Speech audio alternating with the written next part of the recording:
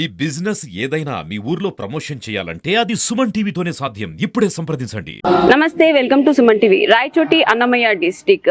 ఇప్పుడు good Friday సందర్భంగా చర్చిలో ప్రార్థనలు కూడా జరుగుతున్నాయి. అసలు గుడ్ ఫ్రైడే ఎందుకు వచ్చింది, యేసుక్రీస్తు మరణించిన రోజు గుడ్ ఫ్రైడేగా ఎందుకు పిలుస్తారు, సిలువపై యేసు ప్రభువు చెప్పిన 7 మాటలు ఏంటి అని ఒకసారి పాస్టర్ గారిని అడిగి తెలుసుకుందాం. ఈరోజు గొప్ప శుక్రవారముగా లేక గుడ్ ఫ్రైడే, మంచి శుక్రవారము, శుభ శుక్రవారము అని ప్రపంచమంతటా కూడా జరిపించుకునేటువంటి ఒక గొప్ప మహాపర్వదినము.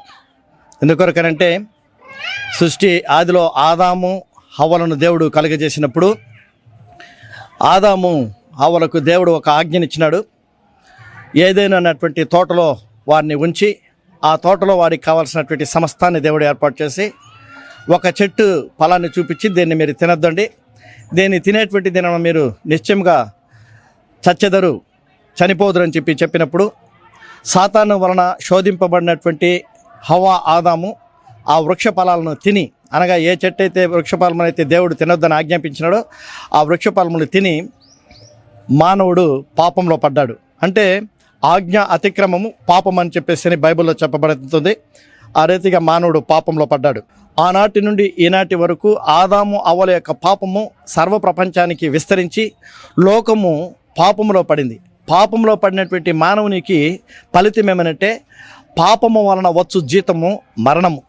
కాబట్టి ఆ మరణమునకు పాత్రులైనటువంటి ప్రతి మానవుడు కూడా పాపంలో లోకంలో జీవిస్తూ నశించిపోతుంటుండగా 4000 సంవత్సరాలు దేవుడు మరి పాపంలో ఉన్నటువంటి మానవుని రక్షించడానికి న్యాయాధిపతులను పంపించినాడు, నాయకులను పంపించినాడు, రాజులను పంపించినాడు, చివరికి ప్రవక్తలను పంపించినాడు.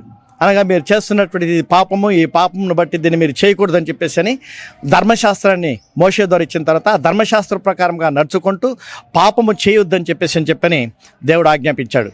కానీ లోకమంతా కూడా పాపంలోనే నడుస్తూ దేవుడు పంపించినటువంటి ప్రవక్తలను కానీ, న్యాయాధిపతులను కానీ, యాజకులను కానీ, రాజులను కానీ వారి యొక్క మాటలను, ధర్మశాస్త్రాన్ని తిరస్కరించి పాపం చేసి మానవుడు నశించిపోతున్నటువంటి వేళలో ఇంకా దేవుడు మానవుడుగా ఈ లోకానికి రావాల్సి వచ్చింది. ఆయనే ప్రభు అయిన యేసుక్రీస్తు. ఆయన ఈ లోకంలో 33.5 సంవత్సరంలో జీవించినాడు. ఈ 33.5 సంవత్సరంలో యొక్క జీవితంలో ఆయన 3.5 సంవత్సరంలో గొప్ప సేవ చేశాడు. ఈ సేవలో మరి అనేకమైనటువంటి వ్యాధిగ్రస్తులను స్వస్థపరిచాడు, కుష్ఠరోగులను స్వస్థపరిచాడు, కుంటివారికి కాళ్ళనిచ్చినాడు, గుడ్డివారికి చూపునిచ్చినాడు. ఇకను చివరిలో చనిపోయినటువంటి వారిని సహితము లేపినటువంటి గొప్ప దేవుడు ప్రభు అయిన యేసు.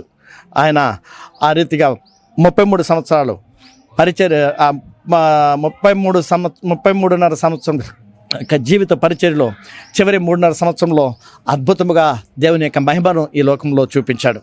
చివరిగా మరి ప్రభు అయిన యేసు మరి లేఖనములు ప్రవక్తల ద్వారా దేవుడు పలికినటువంటి కొన్ని మాటలు ఉన్నాయి. ఏందనంటే ఒక యేసు అనేటువంటి ఒక మెస్సియా రక్షకుడు పుడతాడు, ఆయన సర్వ మానవాళి యొక్క పాపములను తీసివేస్తాడని చెప్పేసి యేసుక్రీస్తు ప్రభుని గురించి ప్రవచించినటువంటి ఆ లేఖనాలు ఉన్నాయి.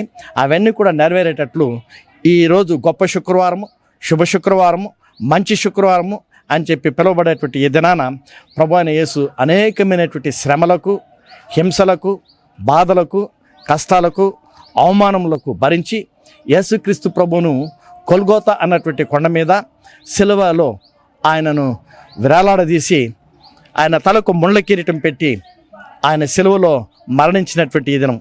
ఆయన యేసుక్రీస్తు ప్రభు సిలువలో మరణించినటువంటి ఈ దినం అని చెప్తే దీన్ని గుడ్ ఫ్రైడే అని ఎందుకని చెప్పనంటారంటే ఆయన మరణించడం ద్వారా, అనగా మా లోకం యొక్క పాపం అంతటిని కూడా ఆయన తీసుకొని ఆయన పాపిగా చేయబడి ఆయన మరణించాడు.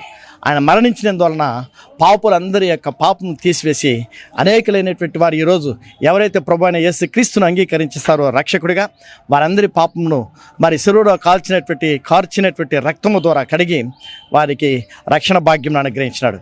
ఈరోజు యేసు ప్రభు చెప్పిన 7 మాటలు ఏంటి ఒక్కసారి వివరిస్తారా దాని గురించి? యేసుక్రీస్తు ప్రభు అలాంటి భయంకరమైనటువంటి పరిస్థితుల్లో, మరణకరమైనటువంటి వేదనకరమైనటువంటి పరిస్థితుల్లో ఉండి కూడా సెలవులో యేసుక్రీస్తు ప్రభు 7 గొప్ప మాటలను ఆయన చెప్పించినాడు. మొదటి మాట వచ్చేసి ఆయనను ఈ లోకంలో ఉన్నటువంటి ప్రతి పాపిని క్షమించేటువంటిది మొదటి మాట. తండ్రి వీరేమి చేస్తున్నారో వీరు ఎరుగరు గనక వీరిని క్షమించుము అన్నటువంటిది మొదటి మాట. అనగా అందరూ పాపం తెలియక చేస్తున్నారు కాబట్టి వీళ్ళని క్షమించమని చెప్పని తండ్రి అనేటువంటి దేవునికి మొరపెడుతున్నాడు. రెండవది వచ్చేసి యేసుక్రీస్తు కుడి ఎడమల్లో ఇద్దరు దొంగలను సెలవు వేశారు. దాంట్లో కుడివైపున ఉన్నటువంటి దొంగ పశ్చాత్తాపడి మారు మనసు పొంది, అయా నీవు నీ రాజ్యంతో వచ్చేటప్పుడు నన్ను జ్ఞాపకం చేసుకోమని చెప్పని అడిగితే, రెండవ మాటగా ప్రభు అయిన సెలవులు ఏమంటే, నేడు నీవు నాతో కూడా పరదైసులో ఉందువు అని నీతో నిశ్చయముగా చెప్పుతున్నానని చెప్పారు రెండవ మాట.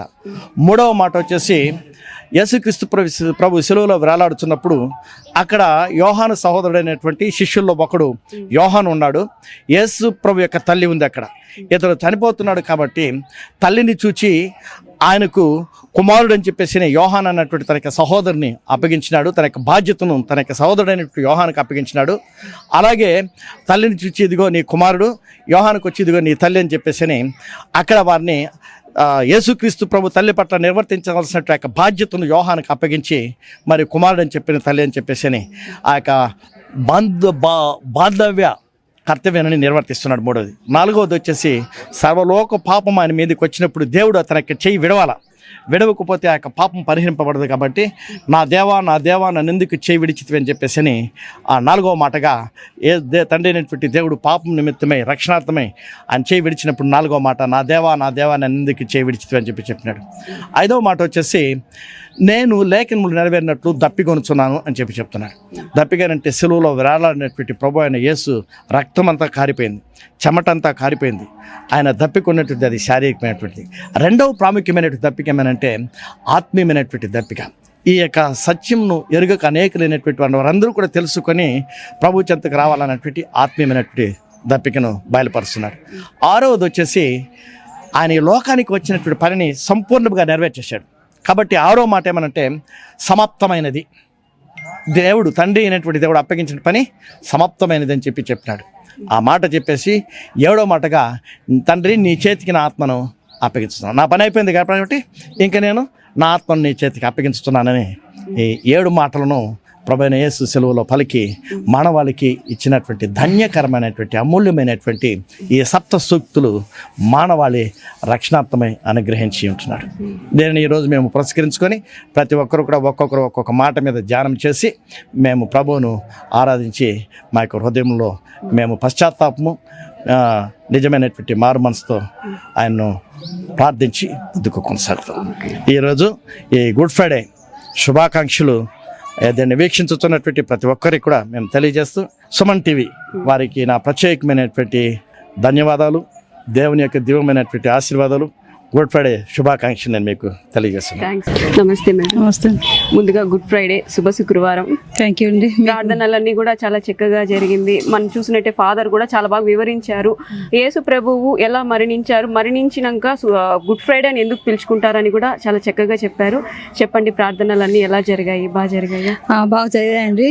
ప్రతి సంవత్సరము ఈ శుభ శుక్రవారం అంటే గుడ్ ఫ్రైడే రోజు మేము ఈ విధంగానే ఉదయం మామూలుగా 11 గంటల నుంచి 3 గంటల వరకు ఆరాధన జరుగుతుంది. యేసు ప్రభు పలికిన 7 మాటల గురించి శిలువ ధ్యానం జరుగుతుంది. సంఘస్థులందరూ కూడుకొని ఉపవాసంతో 40 దినములు లెంట్ స్టార్ట్ అవుతుంది. ఈ 40 రోజులు చాలామంది ఉపవాసంతోనే ఉంటారు, కొంతమంది ఒక పూట భోజనం చేస్తారు. ఆ విధంగా గడుపుకుంటూ వచ్చి ఈరోజు శిలువకు అప్పగింపడిన రోజు కాబట్టి అది ఆచారం ప్రకారం కాకుండా ఆరాధన నిమిత్తంగా మనస్ఫూర్తిగా ఈ కార్యక్రమాన్ని మేము భక్తి శ్రద్ధలతో ఆచరిస్తాము. ఈరోజు గుడ్ ఫ్రైడే, మొన్నాడు ఈస్టర్ పండుగ జరుపుకుంటాము. ఇది అందరికీ ఈ చుట్టుపక్కల ప్రాంతాల వారికి కూడా చాలా మంది యేసు ప్రభు గురించి తెలుసుకునే అవకాశాన్ని మాకు దేవుడు ఇచ్చినాడని మేము ఎంతో గొప్పగా భావిస్తాము. ఈ సంఘం వల్ల ఎన్నో కుటుంబాలు రక్షింపబడినాయి. ఇక్కడ ఎంతో మంది పాస్టర్లు పనిచేసి వెళ్ళినారు. అందరూ కూడా సమాధానంతోనే ఇక్కడ ఈ కార్యక్రమాన్ని జరుపుకుంటాము. జోయల్ మేయర్ గారు కట్టించారు. 1965 అని చెప్తున్నారు కట్టించినప్పటికీ. దీని గురించి చెప్పండి. ఇంకా పాస్టర్లు ఎంతమంది మారారు ఇక్కడ? చాలా మంది పాస్టర్లు, నాకు సుమారుగా ఒక 20 మంది దాకా మారారు అప్పటి నుంచి. కానీ లాంగ్ టైం చేసింది మా హస్బెండ్ SSG శుభాకర్ గారు. అంటే యేసుక్రీస్తు ప్రభు సిలువలో మరణించకపోతే రక్షణ మార్గం అనేటటువంటిది లేదు. ఆయన చనిపోయే సిలువలో మరణించి రక్తాన్ని చిందించిన విధానాన్ని బట్టి మానవాళికి అంతా ఆయన రక్తంలో ఎవరైతే బాప్తిసం తీసుకుని రక్షింపబడతారో వాళ్ళందరూ ఆయన బిడ్డలుగా జీవిస్తారు కాబట్టి అలాంటి వారికి అంతా రక్షణ వస్తుంది. అందుకోసమే యేసుక్రీస్తు ప్రభు ఈ లోకానికి వచ్చారు, తండ్రి చిత్తాన్ని నెరవేర్చారు. ఓకే అండి. అందుకే అది గుడ్ ఫ్రైడే అంటాం. లేకపోతే చనిపోయిన దాన్ని అందరూ బ్యాడ్ ఫ్రైడే అమ్మా అని అలా చెప్పాలి. చనిపోయినటువంటి వారిని గురించి అందరూ ఏమంటారంటే బాధాకరమైన విషయం అంటారు. యేసుక్రీస్తు ప్రభు చనిపోవడం ద్వారా రక్షణ వచ్చింది కాబట్టి ఇది అందరికీ శుభ శుక్రవారం, గుడ్ ఫ్రైడే అని పిలుచుకుంటూ ఉంటారు. ఈ రోజు శుక్రవారం, రేపు శనివారం, ఆదివారం, ఈ చనిపోయిన రోజు నుంచి 3వ రోజుకి ఆదివారం అవుతుంది. అప్పుడు ఈస్టర్ గా పండుగ చేసుకుంటారు. దాని గురించి ఒకసారి చెప్పండి.